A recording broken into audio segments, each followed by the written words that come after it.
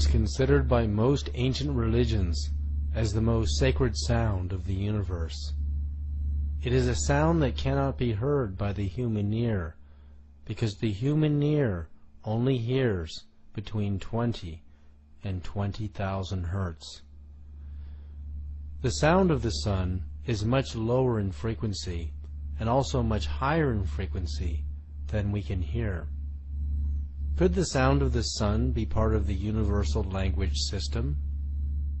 NASA has recorded the actual sound of the sun in deep space and compressed the inaudible waves so that human ears can hear it.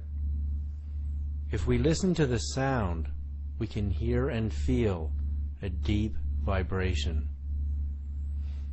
The sound of the sun recorded by NASA is precisely as the ancient Hindus had described it in the Vedas thousands of years ago.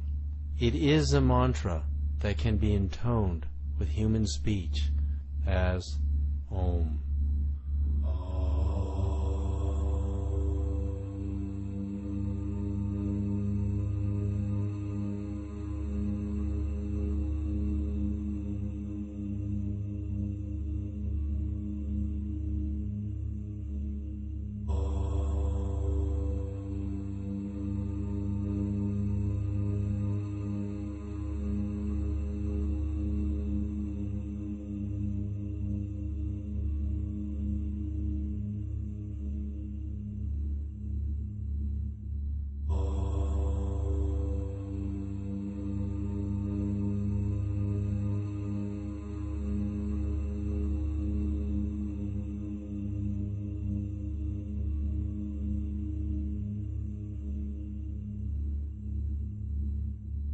In the 6th century BC, Pythagoras also heard the sound of the sun and described it as a deep resonant hum with higher frequencies blended into it.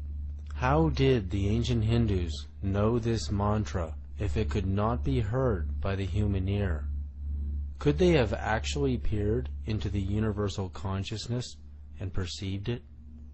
As human language and the language of nature cannot travel faster than the speed of sound as a sound wave, language as information can travel at the speed of light and beyond by entangling itself on more subtle energies.